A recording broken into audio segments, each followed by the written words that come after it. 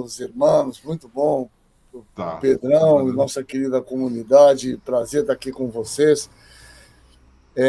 Sensacional, eu acho que é isso aí, tem que ir lá, né? Fazer reportagem daqui da Venezuela é fácil, né? Mais complicado é estar lá pessoalmente, eu acho que é isso que a gente precisa fazer mais, né? Porque É os isso caras mesmo. pintam a Venezuela como um negócio do outro mundo, não é verdade? É maluco, né? De repente você vê a tranquilidade, a paz, é impressionante isso, né? É Tenta igual andar no Brasil, viu, lá Kiko? na Você vê a Rússia. imprensa, no país está sem rumo e tal. Nós temos hoje a menor taxa de desemprego na história do país, de 5%, né? 5% tá hoje, é inacreditável, né? E você vê algumas coisas da imprensa, ainda que a imprensa eu tenho visto que está modificando o comportamento, então está caindo a ficha para muitos aí, vendo a real, né? Você pega esses editoriais aí da Falha, do Estadão, eles estão surpreendendo. Da Folha hoje está muito interessante hoje, né? Falando como se deve, estamos diante de um traidor. Então é muito legal isso, né? A gente observar que essas coisas vão acontecendo e nada como está em loco. Então, parabéns para o moleque lá, grande Quiquinho Nogueira lá, passeando na Venezuela e fazendo umas boas reportagens. Então, prazer em vê-los aí, viu? Vamos conversar um Obrigado. pouquinho com a comunidade aí, vamos junto, vamos que vamos. Vamos que vamos. É isso aí. Marcos, Deixa eu o aumentar aqui. Lula está colhendo os resultados aí dessa política correta de dizer para o Trump que ele não vai nos humilhar, que não vai passar por cima do Brasil. Hoje saiu essa pesquisa do Instituto Atlas Intel mostrando que a aprovação pela primeira vez no ano, superou a desaprovação, ou seja, fechou-se a boca do jacaré. O Lula está fazendo esse confronto, deixando claro também que é o adulto na sala, querendo conversar, dialogar, e do outro lado você tem o presidente dos Estados Unidos agindo também instigado pelo Eduardo Bolsonaro para tentar tirar o pai da cadeia. Fica cada vez mais claro, né, professor, que essa estratégia dos bolsonaristas foi um tiro no pé. As pessoas, no final das contas, não estão satisfeitas com um tarifaço que vai piorar a economia do Brasil e, mais do que isso, com uma traição à pátria de uma maneira tão descarada. Ninguém quer saber. Nós somos independentes, nós temos autonomia. Agora tem um presidente americano metendo o bedelho e aqui tentando nos atacar na pessoa de um juiz da Suprema Corte, num ataque às instituições brasileiras. O senhor acredita que isso virou essa página e que, a se considerar com o retrato de hoje, razões para a gente ser otimista de sobra para uma reeleição do Lula e de uma vitória novamente da democracia em 2026? Olha, olha, eu ia falar, olha, Lula, olha, Kiko, putz, bom, eu vou dizer para você, cara, tem uns negócios que a gente fala historicamente, né, que quando falam que o Lula nasceu com aquilo virado para a lua é impressionante, né, quer dizer, estava num momento, a gente pode dizer, relativamente, né, complexo de enormes negociações, né? É um governo de coalizão que praticamente tem entregue muitos desses ministérios, né, para aliados que não têm correspondido à mesma votação lá na Câmara, esses pseudo-aliados.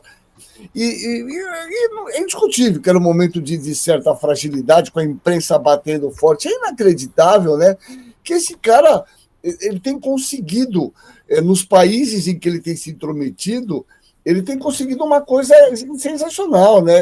Reverter, na verdade, um avanço da ultradireita pelas custas da democracia. Isso aconteceu no Canadá, né? Aconteceu na Polônia e em vários países. Eu acho que ele é um cara que atrapalha, ele não está percebendo, na verdade, esse tipo de coisa, né?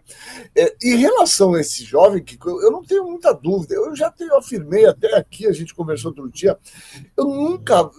É uma coisa inacreditável na história. Isso tem lá na literatura, né? A história da mitologia do Orestes, Clitemnestra, quando ele foi, na verdade, uma história célebre da mitologia, né? Que foram fazer justamente a grande dilema que a gente tem entre honrar as questões familiares e a questão do Estado.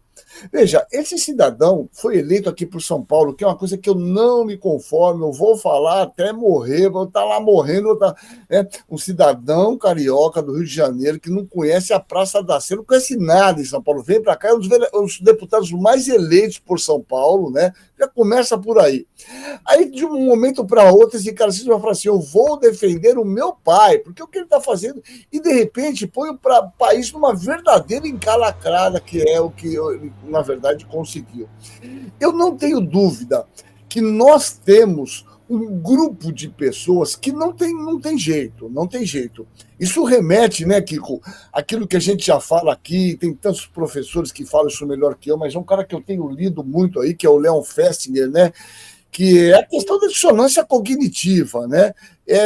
Isso é muito claro. Deixa eu só desligar esse negócio aqui. Isso é uma típica dissonância cognitiva. Você sabe esse termo criado lá pelo Leon Festinger na década de 50, né? Que eram os caras de uma igreja que falavam que só as pessoas que iam para aquela igreja havia um Kelvin, né? Uma astronave, e iam levar para o planeta Kelvin as pessoas que, na verdade, eram dessa igreja. Obviamente, o mundo não acabou na década de 50, o mundo continuou, mas esse cara continuou com fiéis seguidores. E aí esse cara foi estudar isso, que é um psicólogo social, que é o Leon Festinger, né? Um livro célebre, que não tem tradução em português, né? Quando as profecias falham, né? E é exatamente isso. O inacreditável que essas pessoas, na verdade, viram o mundo não acabou, e, na verdade, saíram, muitos foram para suas cidades, e um grupo deles foi para a Pensilvânia, compraram um telescópio e para ficarem observando a vinda desse cometa com essa espaçonave que iriam salvá-los. E, na verdade, eles não viam nada. E eles foram devolver essa luneta para a firma, dizendo assim: olha, para onde eles compraram, falando: esse telescópio está quebrado, que nós não estamos vendo. Bom, essa história é sensacional, porque é aquela história que a gente tem comentado. Existe um grupo de pessoas que você pode. O Bolsonaro pode vir aqui matar um bando de gente ali na Avenida Paulista, eles vão continuar nessa crença, né, doentia, que é essa história justamente do que a gente chama de dissonância cognitiva. As religiões estão aí para isso. Agora, existe um grupo intermediário aí, né, que na verdade, eu afirmo para você, que como um vereador que foi para a rua, que está na rua e conversa com as pessoas, não existe bolsonarismo. O que existe é um antipetismo na veia. Eles tinham o PSDB, que não tem mais. O que sobrou para ser contra o PT, contra o Lula? É, na verdade, ir para esse traste. Essa é a verdade. Porque um cara com raciocínio mediano para baixo, não é possível achar que esse cidadão e sua família seja um cidadão normal, que tem um comportamento normal, e tudo isso que ele está fazendo é normal. Então, o que eu quero dizer no frigir dos ovos dessa história toda é: eu acho que ele deu um tiro enorme no pé. Esse moleque se encrencou, ele talvez não imaginava que seria usado, e eu acho que ele está sendo usado, porque, reafirmo, o Trump está andando e deambulando, cagando e andando para esses caras. Na verdade, ele fez isso. Isso aqui simplesmente é um recado para a questão de BRICS, é um recado para a Rússia, um recado para a China, não tenha dúvida. E usou o Brasil, né? Tanto é que já arregou, né? Questão do suco de laranja, na questão dos aviões feitos pela Embraer. Então, na verdade, está arregando. E vai arregar mais ainda. Né? Essa taxação do café, que vai ser bom para nós, vamos ter um cafezinho mais barato aqui, sensacional, que está 40 mangos, está caro, meio quilo. Vai, porque o americano é pragmático. Quando ele entrar lá na Starbucks e não tiver o cafezinho que eles tomam, vão gritar, falar: meu, quero saber do meu cafezinho que estava aqui. Então é uma questão de tempo.